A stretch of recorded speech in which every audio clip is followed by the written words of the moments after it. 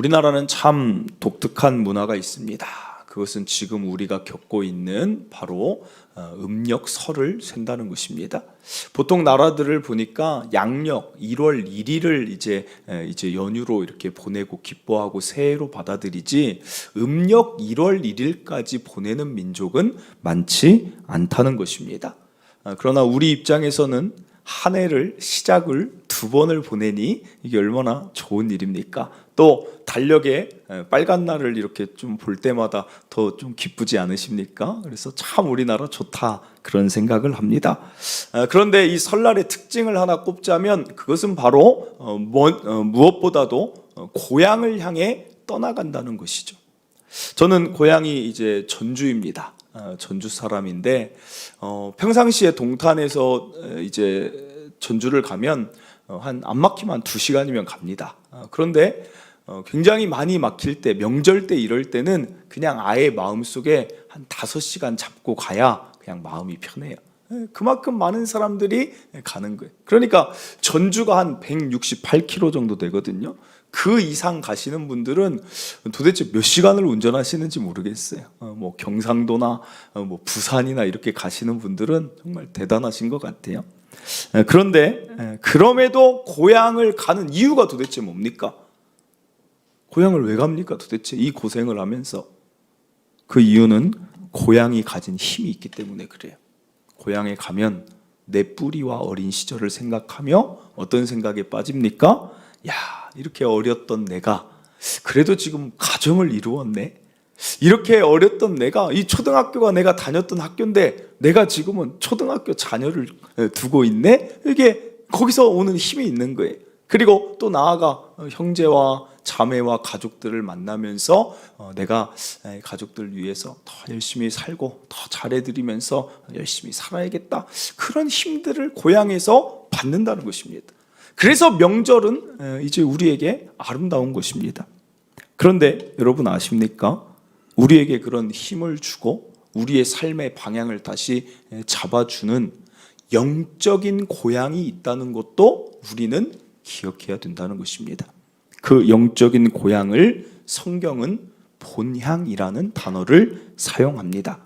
그 본향은 하나님 나라를 말하는데 성경은 우리가 언제나 하나님 나라 본향을 생각하며 살아가기를 원한다는 것입니다. 생각해 보세요. 우리가 설날을 매해 맞이한다는 것은 여러분 한 해 한 해 본향을 향해 더 나아감을 뜻한다는 것입니다. 혹시 이 자리에 떡국 먹는 거 좀 싫어하시는 분 계십니까? 어제 떡국 드실 때 나는 떡국 먹기 싫다. 한 사람도 없어서 다행입니다. 어떤 분들은 저는 들었어요. 떡국 먹기 싫다. 왜 싫어요? 한 살 먹기 싫다는 거예요. 여러분, 그러나 그리스도인은 어때요? 한 해 한 해 그 하나님 계신 본향으로 떡국을 먹을수록 가까워지고 있다는 거예요. 그러니까 우리 머릿속에 어떻게 본향의 영적 고향을 생각하지 않고 살아갈 수 있는 게 아니라는 것이죠. 그래서 오늘 저와 여러분은 이 고향과 본향 이 연상을 통하여서 우리는 본향으로 나아가는 이 삶 가운데 어떻게 살아가는 것이 더 그리스도인다운 삶일까를 한번 야곱의 생애를 통해 함께 살펴보기를 원합니다. 9절입니다. 야곱이 바로에게 아뢰되 내 나그네 길의 세월이 130년이니이다.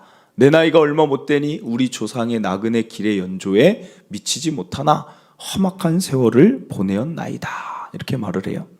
여러분, 지금 이 장면은 야곱이 자신이 살던 지역에서 애굽으로 가서 애굽 왕 바로에게 인사하는 장면입니다. 이때 아들 요셉은 총리인 상황이에요. 그런데 여기에서 야곱이 2번이나 강조하는 단어가 무엇이냐면 내가 나그네 길이다 그래요. 우리 조상도 나그네 길이다 이렇게 나그네라는 것을 강조하고 있다는 것입니다.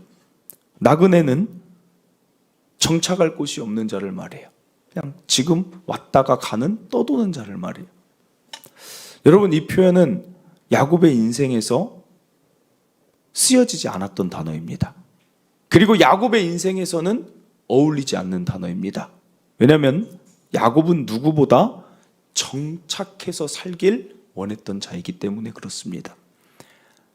장자의 축복을 뺏어서 에서를 속여서 장자의 두 몫을 받으려는 이유가 무엇입니까? 그 당시 이삭은 그 안에 땅이 많았어요. 이삭의 두 몫의 땅을 받아서 그곳에서 잘 정착해서 살아가고 싶었습니다. 그게 야곱이었어요. 라반의 집에서도 그토록 20년을 고생해서 살아간 이유도 라헬과 정착해서 잘 살고 싶었던 이유입니다. 라반을 피해 세겜이란 땅에 갔을 때에도 야곱이 원했던 삶은 무엇이냐? 이제 세겜에서 잘 정착해서 살고 싶다. 그게 일평생 정착을 꿈꿨던 게 누구냐면 야곱이라는 거예요. 야곱. 그런데 세겜에서 또 무슨 일이 있습니까? 딥나 강간 사건이 일어나서 부족 간의 전쟁으로 인해 또 그 땅을 떠나게 되었어요. 여러분, 야곱은 누구보다 정착하고 안정된 삶을 원했지만 그 삶은 이루어지지 않았습니다. 그리고 그 일들이 지나고 야곱의 마지막 요셉으로 전환되기 직전의 이야기에는 야곱이 맞이하는 세 가지 사건이 더 등장합니다. 그리고 오늘 이 바로왕 앞에서 나그네라는 이야기를 해요. 야곱의 인생에서 지금까지 정착하지 못하고 떠도는 삶을 살아도 정착하고 싶었던 그가 나그네라는 단어를 떠올리게 하는 세 가지 결정적인 사건이 35장에 강조하며 연달아 3번 나오는데 그것은 바로 세 사람의 죽음입니다. 첫 번째는 창세기 35장 8절입니다. 리브가의 유모 드보라가 죽음에 그를 베델 아래에 있는 상수리 나무 밑에 장사하고 그 나무 이름을 알론 바굿이라 불렀더라. 여기 보면 리브가의 유모 드보라라는 것은 어머니가 리브가예요. 그 어머니를 유모, 즉 어머니를 잘 키우게 하는 그 드보라라는 그 유모가 있었는데 야곱이 고향으로 돌아갈 때 리브가는 이미 없었습니다. 그러니까 드보라는 야곱에게 있어 어린 시절의 할머니 같은 사람이에요. 그러니까 그 할머니 같은 사람하고 이제 내가 두 때를 이루어 왔으니 잘 정착하고 이분들하고 잘 살겠다라고 생각했는데 얼마 가지 않아 드보라가 죽은 거예요. 그러니까 저 알론바굿이라는 저 이름이 이제 번역하면 뭐라고 번역되냐면 통곡의 상수리 나무예요. 통곡의 상수리 나무. 야곱이 너무나 슬펐던 거예요. 드보라의 죽음이 너무나 슬펐던 거예요. 그리고 그 다음에 누가 죽느냐? 이 이야기 이어서 바로 누가 죽냐면 여러분 라헬이 죽습니다. 라헬은 야곱의 삶의 전부였습니다. 얼마나 사랑했는지 야곱은 라헬을 위해 일하는 7년이 하루 같다고 생각했어요. 하루. 그 여인만 얻을 수 있다면. 그런데 이제 라반의 손에 벗어나서 에서의 손에도 벗어나서 라헬하고 오래 정착해서 내가 살 수 있을 줄 알았더니 그 라헬이 어떻게 죽는 줄 아십니까? 창세기 35장 18절입니다. 그가 죽게 되어 그의 혼이 떠나려 할 때에 아들의 이름을 베논이라 불렀으나 그의 아버지는 그를 베냐민이라 불렀더라. 여러분, 라헬은 애를 낳다가 난산하면서 죽게 됩니다. 언니와 경쟁했죠. 아들을 누가 더 많이 낳느냐. 그러더니 결국 아이를 낳다가 죽어요. 그러니까 베논이 이 뜻은 아까 말한 것처럼 통곡, 슬픔의 아들이에요. 슬픔의 아들. 이제 우리가 좀 잘 살아갈 수 있을 줄 알았는데 나는 이렇게 죽게 된다. 나중에 야곱이 베냐민이라고 바꿔라 이름을 바꿀 정도. 슬픔이 그 가정을 가득 메우는 거예요. 그리고 마지막 죽음은 35장 29절입니다. 이삭이 나이가 많고 늙어 기운이 다함에 죽어 자기 열조에게로 돌아가니 그의 아들 에서와 야곱이 그를 장사하였더라. 자신에게 신앙을 물려준 아버지 이삭, 자신이 속여서 마음고생 심했던 그 아버지 이삭, 이제는 내가 좀 잘 모실까 했더니 여러분 기다려주지 않는 거예요.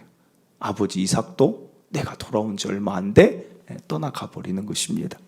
그리고 아까도 이야기했지만 오늘 나오는 이야기로 바뀌어지고 야곱의 그 말 속에는 우리는 나그네다라고 표현하고 있다는 것입니다. 사랑하는 성도 여러분, 이때부터 야곱은 누군가의 것을 빼앗거나 속이는 장면은 나오지 않는다는 것입니다. 야곱이 깨달은 지혜가 무엇입니까? 인생은 돌아가는 것이다. 집착하거나 욕심낸다고 이 땅에서 천년 만년 사라지는 게 아니다. 오늘 기억할 첫째입니다. 오늘 저와 여러분의 인생도 나그네 길임을, 본향을 향하여 가는 돌아가는 길임을 기억하시길 바랍니다. 성경은 뭐라고 말하냐면 우리의 삶은 그냥 안개라고 해요. 안개. 너희의 삶은 안개다. 잠시 왔다 사라져 버리는 것이다. 새해 되면 우리 어떻게 인사합니까? 새해 복 많이 받으세요 인사하지만 정말 새해 복을 받기 위해서는 인생이 나그네 길이라는 것을 알고 살아가는 게 정말 복된 삶인 줄 믿으시길 바랍니다. 많은 건 욕심내고 집착해도 그것으로 만족이 안 된다고 말해요. 전도서 5장 10절, 은을 사랑하는 자는 은으로 만족하지 못하고 풍요를 사랑하는 자는 소득으로 만족하지 아니하나니 이것도 헛되도다. 여러분이 은을 많이 사랑하고 여러분이 지금 무언가를 이루고 싶은 게 아무리 많아도 그것이 여러분을 만족하게 할 수 없다는 얘기입니다. 창세기 3장 19절, 내가 흙으로 돌아갈 때까지 얼굴에 땀을 흘려야 먹을 것을 먹으리니 내가 그것에서 취함을 입었음이라. 너는 흙이니 흙으로 돌아갈 것이니라. 전도서 7장 2절, 초상집에 가는 것이 잔치집에 가는 것보다 나으니 모든 사람의 끝이 이와 같이 됨이라. 산자는 이것을 그의 마음에 둘지어다. 여러분, 어떻게 보면 제가 새해 때 축복에 대한 설교를 할까 하지만 진짜 축복은 끝이 있음을 알고 우리의 삶을 가볍게 하는 게 더 축복이겠다, 이 생각이 들어서 야곱의 인생을 통해 여러분에게 지금 말씀드리고 있습니다. 여러분, 저는 아직도 기억나는 장례식이 하나 있어요. 제가 교육전도사 때 저는 제일 처음 본 시신이 할머니 시신이에요. 그리고 두 번째로 다른 분의 시신을 본 게 이때입니다. 입관 예배를 이제 드리는데 예배를 하면서 그 시신을 병원에서 이제 장례 지도사가 시신을 다 닦아요. 그래서 이제 천으로 덮어서 보이지 않게 이제 다 이렇게 닦는 이제 그런 때인데 그 유리창에 다 보이면서 함께 찬양하면서 가족들 위로하면서 예배를 드려요. 한 30여 분 하고 끝나면 나머지 가족들이 그걸 계속 지켜보다가 입관하는 모습을 다 이제 지켜보고 마지막 인사를 하는데 저는 그 시신을 딱 닦을 때 딱 봤는데 가장 처음에 들어온 게 무엇이냐면 그 침대가, 그 시신을 눕혀놓은 침대가 정말 우리가 지금 자는 침대는 이렇게 사이즈가 좀 크잖아요. 그런데 그 침대는, 병원 침대는 너무 왜소한 거예요. 그거밖에 안 되는 거예요. 사람이 누워있는 그 자리가 크지도 않아요. 그냥 딱 그 사람 몸만한 그 침대, 그 얇은 데에 그냥 눕혀있는 거예요. 그러니까 그게 얇으니까 시신을 처음엔 이렇게 해놨는데 막 이렇게 닦고 하다 보니까 이 손이 이제 힘이 없으니까 밑으로 툭 떨어지는 거예요. 그리고 흰색 천 밖으로 이 손이 툭 떨어지는데 이게 정말 그 손이 머릿속에 자꾸 남아요. 아무것도 쥐지 못하는 그냥 그 빈손 하나 툭 떨어지는 거예요. 여러분, 그분도 살아있을 때 얼마나 많은 것을 취하고 얼마나 많은 것을 해보려고, 그분도 얼마나 열심히 이 손으로 무언가를 쟁취하려고 살았겠습니까? 그런데 마지막에 아무것도 쥐는 거 없다니까요. 그냥 손이 툭 떨어지는, 그게 저와 여러분의 삶이라는 거예요. 그냥 우리는 본향 가는 것입니다. 이 세상 욕심을 아무리 내도 어느 하나 가지고 가지 못하는 게 저와 여러분의 삶이라는 거예요. 여러분, 그거 기억하셨으면 좋겠어요. 저와 여러분의 삶에 너무 많은 것 욕심내지 않았으면 좋겠어요. 성경은 그것을 탐심이라고 해요. 탐심. 욕심이 지나쳐서 탐심이 되면 그것이 오히려 우리를 얽매이는 거예요. 얽매이는 거. 아프게 하는 것입니다. 관계를 다 깨트리는 거예요. 오히려 어떤 사람들은 그 욕심을 이루고자 달려가다가 건강을 다 잃어버리는 거예요.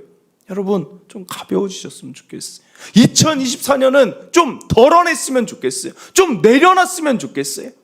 그래서 미움도 좀 내려놓고 우리 안에 불필요한 것들을 좀 덜어낼 때 오히려 그 삶이 축복된 삶이다. 여러분 한번 생각해 보세요. 여러분 지금 머릿속에 가지고 있는 이것만큼은 내가 꼭 이루어야지 하는 그런 지나친 탐심, 비전과 목표가 없이 살라는 게 아닙니다. 지나친 탐심, 그것은 내려놓고 살자는 것입니다. 누가복음 12장 15절, 그들에게 이르시되 삼가 모든 탐심을 물리치라.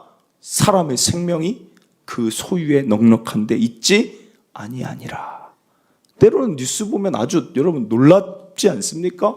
어떻게 한 사람이 이 동탄에도 그때 뉴스 하나 나오던데 빌라 왕인가요? 무슨 왕이 있어요. 자, 대한민국은 왕이 참 많아요. 완전 사기꾼의 그 왕. 얼마나 사람들 보증금을 다 취해서 자기 배부르게 살려고 남의 그 눈에 피눈물을 흘리게 하는지. 여러분, 저는 그 사람들 나중에 이제 본향에 갈 때 되면 우리랑 들어갈 때가 다를 거라고 생각해요. 얼마나 많은 사람의 눈물을 흘리고 왜 그런 삶을 이 세상에 태어나서 살아가는지. 사랑하는 성도 여러분, 올 한 해 더 안 좋은 것, 불필요한 것 내려놓으시길 바라요. 그게 복입니다. 그게 복. 이어서 한 가지만 더 살펴봅니다. 7절입니다. 요셉이 자기 아버지 야곱을 인도하여 바로 앞에 서게 하니, 여기 보세요. 아주 이상한 일을 지금 야곱이 완전히 바뀌었어요. 완전히 바뀐 게 무엇이냐? 아까는 무슨 나그네 길이라고 막 이야기를 하지 않나? 지금은 뭐가 바뀌었어요? 야곱이 바로에게 축복을 해요. 축복. 잘 생각해 보세요. 바로가 왕이에요. 왕. 애굽에 먹을 게 많아요. 야곱은 저 변두리에 있는 족장인데 먹을 게 없어서 지금 구걸하려고 왔다가 마침 요셉이 총리가 되어 있어요. 그래서 인사시키러 왔어요. 그럼 여러분, 누가 누구한테 축복해야 돼요? 축복 누가 누구에게 해야 돼요? 여러분 많이 피곤하시죠? 명절이라. 누가 누구한테 축복해야 돼요? 바로가 야곱한테 하잖아요. 바로가. 그런데 왜 야곱이 축복하냐는 거예요. 그런데 10절에 보세요. 이제 야곱이 이게 그냥 인사치레가 아니었다는 게 나타나요. 야곱이 바로에게 또 축복하고 그 앞에서 나오는 거예요. 여러분, 야곱은 축복이 그 인생의 키워드예요. 그런데 이게 많이 달라진 게 무엇입니까? 원래 야곱은 축복을 받는 자로 살았어요. 그래서 야곱의 그 이름이 뭐예요? 뒤꿈치 잡는 자잖아요. 에서의 뒤꿈치에 그 축복까지도 다 받으려고, 장자의 축복, 라반의 축복이 내 축복이 되기 위해서 그 버드나무 가지에 얼룩진 것을 막 염소에게 보여주면서 그런 아롱진 것 났으면 좋겠다. 이게 야곱이었잖아요. 그런데 야곱이 무엇을 느낍니까? 축복 받으려고 그렇게 애썼는데 축복은 더 사라지는 거예요. 애서 속였다가 오히려 관계 다 깨지죠. 리브가 사랑하는 어머니랑 살지도 못하죠. 라반에게 축복을 많이 받았는데 결국에는 쫓겨나서 살아가죠. 여러분, 축복 받으려고 그렇게 애썼는데 축복이 없는 거예요. 그걸 발견하더니 결국에는 야곱이 이제 바꿉니다. 내가 그냥 축복하며 살아야겠다. 축복하며 살아야겠다고 바꾸는 순간 오히려 야곱에게는 어떤 일이 벌어집니까? 오늘 바로를 축복하고 나올 때도 축복할 때 바로가 어떤 땅을 허락하냐면, 여러분, 고센 땅을 허락해줘요. 성경에는 오늘 라암셋이라고 나오는데, 라암셋은 고센 땅의 한 북부 지역을 말해요. 여러분, 고센 땅은 오늘 성경에도 좋은 땅이라고 하잖아요. 여기는 정말 좋은 땅인 게, 여기를 가보면 목축하기에 너무 좋고 주변은 참 신기해요. 이집트는 다 사막인데 여기만 풀이 자라요. 나일강의 그 범람과 적절한 비로 인하여서 여기만 목초지가 발달이 돼요. 그래서 제가 또 사진을 가져왔어요. 사진 한번 보세요. 여기 이게 이집트예요. 이집트. 우리 이집트 하면 그냥 사막에 피라미드만 서 있는 거 생각하는데 이게 이집트예요. 그러니까 양떼가 먹기에 얼마나 좋겠어요. 얼마나 비옥해요. 이집트 사진을 더 가져왔어야 되는데 여러분, 이거 비옥한 거예요. 여러분, 이게 비옥한 거. 그 다음 거 한번 보여주세요. 여기 보세요. 아니, 여기 사막이 바로 옆인데 이 땅만 이렇게 좋다니까요. 그래서 어떤 사람이 여기를 갔다 와서 뭐라고 하냐면, 양배추를 비교했는데 이 땅이 얼마나 좋은지 우리나라 양배추 크기보다 여기 고센 땅의 양배추는 3배가 크대요. 3배가. 그 정도로 좋은 땅을 주는 거예요. 사랑하는 성도 여러분, 축복을 했더니 이 땅이 수도와 가깝습니다. 축복을 하면 여기 애굽 땅, 애굽인들 여기 살게 해야지. 무슨 여기 인제 온 족장들을 여기 살게 합니까? 그런데 축복하고 또 축복하고 축복했더니 오히려 축복이 돌아오는 것 아니겠어요? 야곱이 이때부터 축복하며 살 때, 예전에는 혈혈단신으로 혼자 떠나고 혼자 베델에서 돌베개 베고 잤던 그 야곱이 이제 노후에는 가족들이 같이 사는 거예요. 축복하는 아버지 밑에 가족들이 같이 모여 옹기종기 살아가는 것입니다. 사랑하는 성도 여러분, 오늘 기억할 둘째, 본향 가기 전까지 저와 여러분이 할 일은 분명합니다. 축복하며 남에게 선대하며 베풀며 긍휼을 베풀며 살아가시길 바랍니다. 그게 그리스도인의 삶이에요. 여러분, 이거는 하나님 나라의 원리로 정해져 있어요. 사도행전 20장 35절, 범사에 여러분에게 모본을 보여준 바와 같이 수고하여 약한 사람들을 돕고 또 주 예수께서 친히 말씀하신 바 주는 것이 받는 것보다 복이 있다 하심을 기억해야 된다. 이게 사도행전 20장은 이제 밀레도에서 바울이 마지막 고별 설교하는 거예요. 예루살렘 나 이제 죽으러 간다. 그런데 그때 말하는 핵심 중에 하나가 주는 것이 받는 것보다 복되다. 주는 것이 받는 것보다 복되다. 이거는 기억해야 된다. 반드시 기억해야 된다. 하나님 주시는 분이에요. 하나님은 이 세상의 원리를 주는 자를 통해서 사람들이 살아나게 하시고, 하나님은 그 주는 자에게 더 은혜를 주시는 거예요. 여러분, 이 원리 기억해야 돼요. 마태복음 19장 21절, 예수께서 이르시되 내가 온전하고자 할진대 가서 내 소유를 팔아 가난한 자들에게 주라. 그리하면 하늘에서 보화가 내게 있으리라. 누가복음 6장 35절, 오직 너희는 원수를 사랑하고 선대하며 아무것도 바라지 말고 구워 주라. 그리하면 너희 상이 클 것이다. 지극히 높으신 이의 아들이 된 것이다. 누가복음 6장 38절, 주라. 그리하면 너희에게 줄 것이니 곧 후히 되어 누르고 흔들어 넘치도록 하여 너희에게 안겨주리라. 너희가 헤아리는 그 헤아림으로 너희도 헤아림을 도로 받을 것이니라. 여러분, 저는 새해 인사, 오늘 나갈 때 우리 이렇게 인사합시다. 바꿉시다. 새해 복 많이 받으세요 하지 맙시다. 아니, 가족끼리는 하세요. 가족끼리 하는데 오늘은 새해 복을 많이 나눠주세요. 그게 오히려 복 받는 거라니까. 그게 그리스도인의 그 머릿속에 이 세상 원리가 있어야 돼요. 록펠러라는 사람 이야기 드립니다. 미국에 지금까지도 상상할 수 없는 부를 지닌 가문이자 재벌입니다. 그런데 그의 인생은 두 가지 별명이 있어요. 하나는 악덕 기업가, 하나는 위대한 자선 사업가. 교회를 수없이 세웠고 시카고 대학을 세웠고 UN 본부가 있는 그 땅도 이 록펠러 가문이 기증했어요. 이들이 한 자선 사업은 말할 수 없이 많아요. 근데 왜 두 가지 별명이 같이 있느냐? 그게 이 사람의 인생의 전반부와 후반부가 삶이 너무 다르기 때문에 그렇게 됐습니다. 43세에 미국 최고 부자 됐어요. 그리고 53세 때 세계 최대 갑부 됐어요. 탑을 찍었어요. 그런데 참 희한하게 55세 때 1년밖에 살지 못한다는 선고를 듣습니다.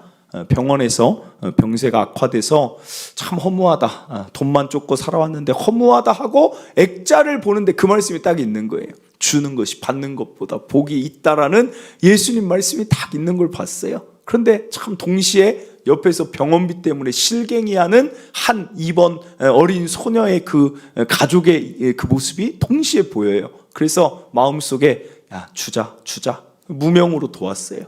나중에 자서전에 이 이야기를 어떻게 쓰냐면 이렇게 표현합니다. 저는 이렇게 행복한 삶이 있는 줄 몰랐습니다. 그렇게 본인이 기록했어요. 그리고 그때부터 1년 남은 삶 주면서 베풀며 선을 행하며 살자라고 하는데, 참 거짓말같이 기적처럼 놀라운 일은 무엇이냐면 병세가 회복이 되는 거예요. 그러더니 결국에는 그가 몇 살까지 산 줄 아십니까? 55세에 죽는다고 병원에 입원해 있던 그가 주고 베풀고 선을 행하려고 살고 그렇게 살아가는 그때부터 98세까지 살아요. 98세. 그래서 그가 자기 자서전에 쓴 내용이에요. 이걸 뭐 속이려고 이게 속일 수 있겠습니까? 이미 다 사실적으로 주변에 사람들이 많은데 자서전 거짓말로 누가 쓰겠어요? 본인이 썼어요. 그러더니 자신의 인생을 이렇게 기록했어요. 나의 인생 전반기 55년은 쫓기며 살았지만 후반기 43년은 참 행복했다. 여러분 53세 때 세계 최고로 돈 많았는데 그때는 여전히 쫓겼대요. 그런데 나누고 베풀고 주는 삶을 사니까 행복이 그때 찾아온다는 거예요. 사랑하는 성도 여러분, 하나님께서 아론과 그의 아들들에게, 제사장에게 이런 말을 합니다. 제사장은 오늘 우리의 삶을 말해요. 오늘 우리의 삶. 우리를 세상의 제사장으로 하나님을 드러내는, 말씀을 아는 자는 대표로 우리를 세웠잖아요. 제사장들에게 이렇게 말해요.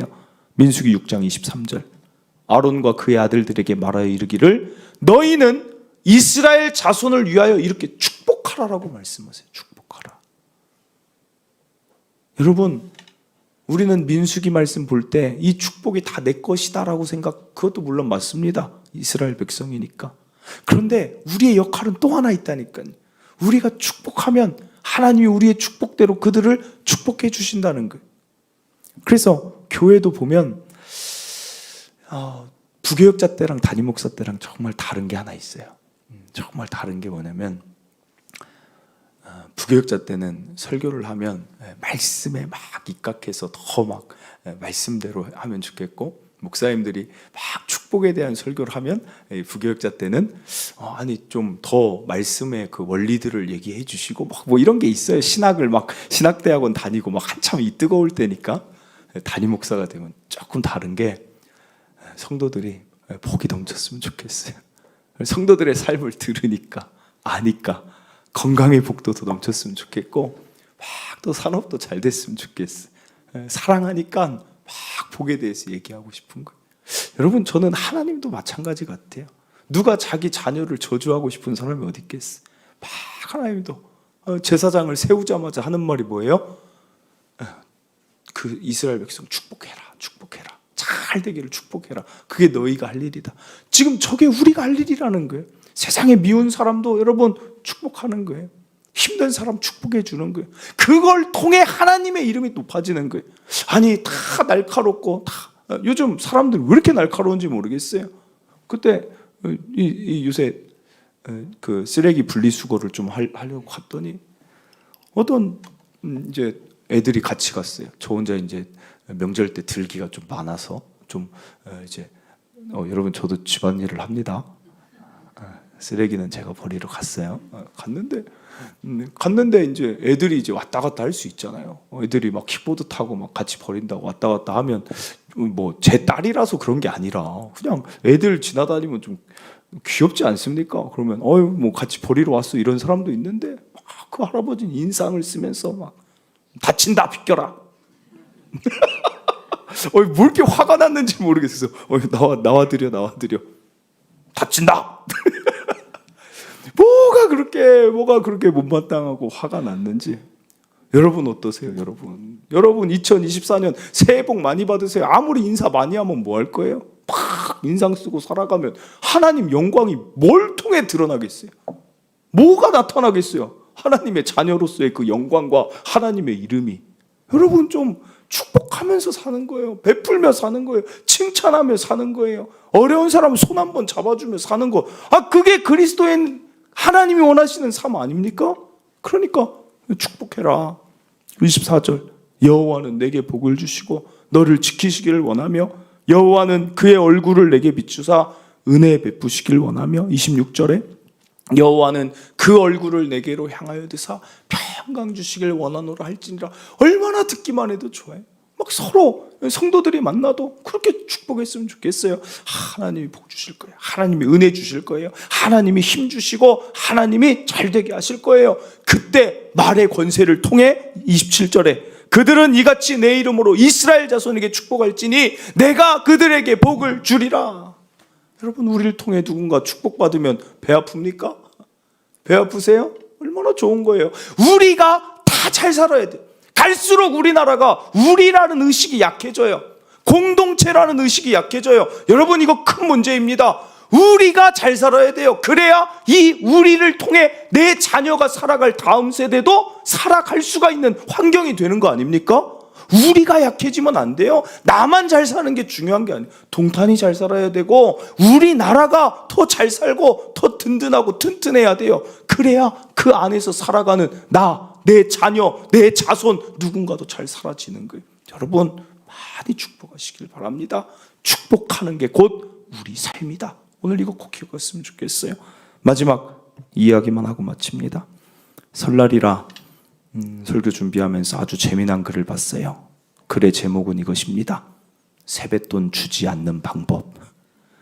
첫째, 덕담을 최대한 길게 하라. 참을성 없는 아이들은 잠이 들 것이다. 둘째, 다른 사람이 절을 받을 때 덩달아 절을 받아라. 그러면 그 사람이 주고 내가 주지 않아도 된다. 셋째, 조금 치사한 방법이지만 아이들이 절할 때 같이 절해라. 그럼 아이들이 줘야 될지 받아야 될지 헷갈릴 것이다. 마지막입니다. 일단 생색을 내며 세뱃돈을 후하게 줘라. 그리고 화투를 가르쳐주며 그 돈을 다시 강탈해라. 여러분 누가 웃으려고 쓴 글이겠죠. 웃으려고. 그런데도 약간 씁쓸한 거예요. 약간 씁쓸한 거예요. 이게 그냥 우스운 이야기였으면 좋겠어요. 이걸 정말 따라하는 사람이 없었으면 좋겠다. 제가 보면서 그 생각을 했는데 이 아래 또 하나 글이 있는데 그 글은 그런 어른들에게 세뱃돈을 타는 방법. 2탄이 써 있어요. 제가 더 이상 못 보겠다. 여러분 오랜만에 만난 가족에게 좀 후하게 줄 수 있고 좀 응원하는 거 1년에 그 몇 번이나 됩니까? 좀 인색하게 살지 마세요. 좀 짜게 살지 마. 자린고비처럼 그 보리굴비 갈고 그렇게 살지 마세요. 어차피 은과 금은 하나님 것이니까 베푸는 자에게 하나님이 더 더해 주시는 거예요. 제발 인색하지 마세요. 나누고 주고 베풀고 하나님의 은혜를 받아 누리는 그게 복인 줄 믿고 살아가시길 바랍니다. 말씀을 맺습니다. 오늘 야곱의 삶을 통해 본향으로 가는 우리의 삶 두 가지. 첫째, 나그네의 삶임을 기억하시고 너무 많은 것에 집착하고 욕심, 탐심 부리지 않고 가벼워지세요. 그리고 둘째, 축복하며 나누며 베풀며 살아가는 것이 하나님이 원하시는 삶이다. 더 많이 축복하시길 바랍니다. 우리 함께 이 찬양 부르고 우리 기도하도록 하겠습니다. 아까 우리가 말씀 나눴던 그 민수기의 그 축복인데 오늘은 이 축복을 사실은 우리 자신을 위해 이 찬양을 늘 불렀던 것 같아요. 저도. 그런데 이 하나님의 축복이 하나님 우리 모든 자들에게 다 있었으면 좋겠습니다. 우리나라 참 힘들게 살아가는 자들에게 하나님 복 주셨으면 좋겠습니다. 오늘은 특별히 타인을 위하여 이 찬양을 부르는 그런 시간이 되었으면 좋겠습니다. 우리 함께 찬양합니다.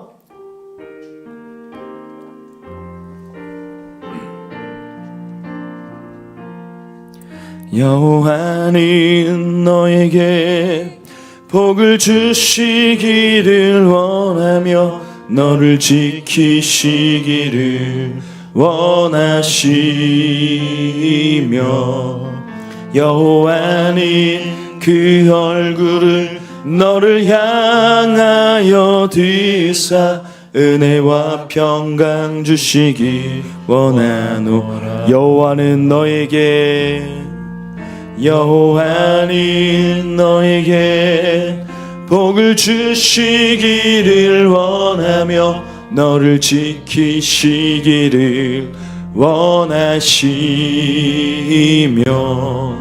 여호와는 그 얼굴을 너를 향하여 드사 은혜와 평강 주시기 원하노라. 너를 보배롭고 존귀하게 여기시는 하나님이 내 삶 속에서 이 약속을 신실하게 이루시리. 땅에 기름진 것으로 하늘에 신령한 것으로 너를 복주시고 지키실 하나님이 너의 영혼 잘 되도록 은혜 베푸시며 평강으로 인도하신 땅에 기름진 것으로 하늘에 신령한 것으로 너를 복주시고 지키신 하나님이 너의 영혼 잘 되도록 은혜 베푸시며 평강으로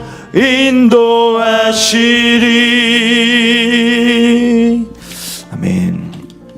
오늘 야곱의 삶을 생각하면 그자는 욕심이라는 단어와 잘 어울리는 자였습니다.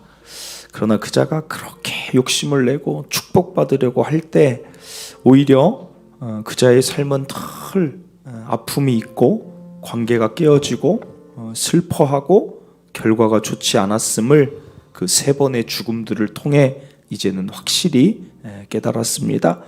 돌아가는 것이구나, 짧은 삶이구나, 이 땅에서 더 내려놓고 가볍게 살아가고 지금 것에 만족하며 오늘 하루를 누리는 것이 더 좋은 삶이겠구나. 나그네의 삶, 너무 많은 것 집착하지 않아야겠다.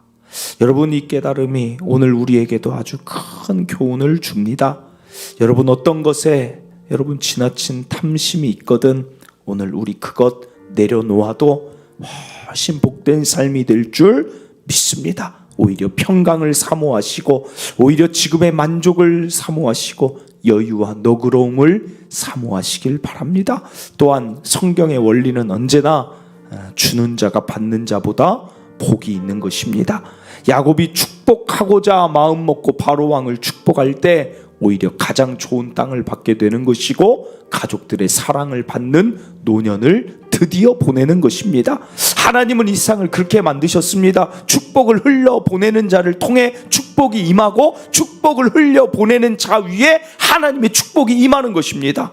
오늘 이 말씀 기억하며 하나님, 나그네로 잠깐, 어찌 보면 이 인류가 언제까지 지속될지 모르지만 이 시대 가운데 점으로 살아가는 내가 아등바등 살지 말고 오히려 주변에 하나님의 축복을 많이 보여주며 그걸 통해 하나님도 드러내며 그들도 잘 되고 또 나도 잘 되고 이 삶이 더 좋겠습니다. 많이 축복하며 베풀며 나누며 살아가겠습니다. 이것이 2024년 여러분의 삶이 되기를 바랍니다. 그것이 진짜 복입니다. 우리 시간 주여 한번 외치고 말씀 기억하며 여러분 마음에 주신 가장 큰 깨달음들 가지고 기도하시길 바랍니다. 주여 한번 외치고 기도합니다. 주여,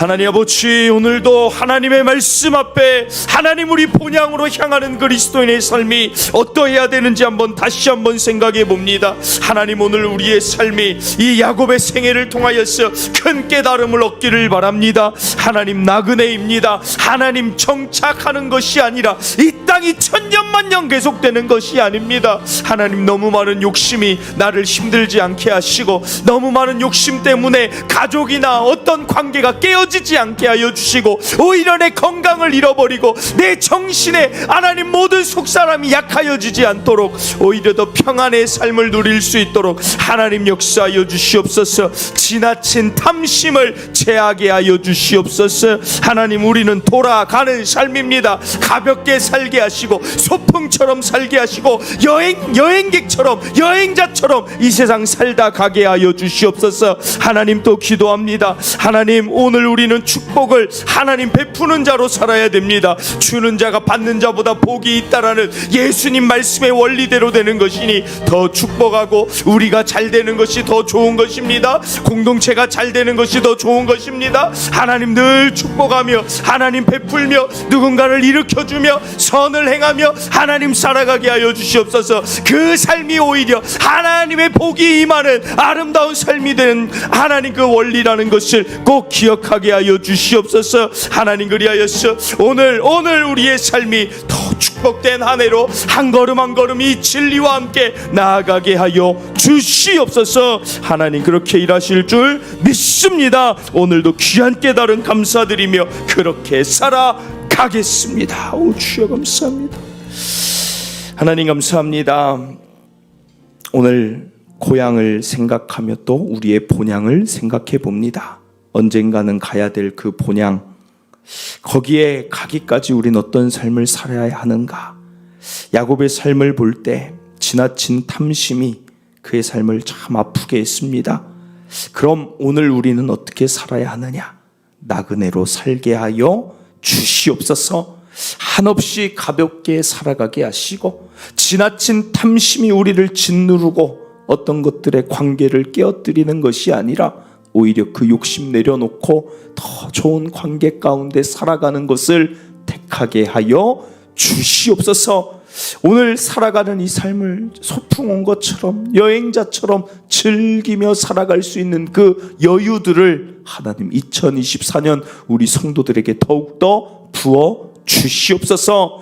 하나님 또한 우리는 축복하며 살아야 됩니다. 축복을 받으려고만 하는 삶보다 하나님이 원하시는 그리스도인의 삶은 이 땅의 제사장의 역할로 많은 사람들을 축복하며 그 힘을 통하여서 하나님께 영광이 되고 또한 하나님이 축복하는 자를 더 축복해 주시는 이 원리로 살아가는 것입니다. 오늘 내 가족을, 오늘 내 직장의 사람들을, 오늘 내 주변에 있는 이 지역 사람들을 마음껏 축복하며 여호와께서 당신과 함께 하시며 은혜 주실 것입니다. 일으켜 세우며 선을 행하며 어려울 땐 그들의 손을 잡아주며 살아가는 아름다운 삶, 이 나그네의 길에서 살아가게 하여 주시옵소서. 이 삶을 살 때 새 복이 더넘칠 줄 믿습니다.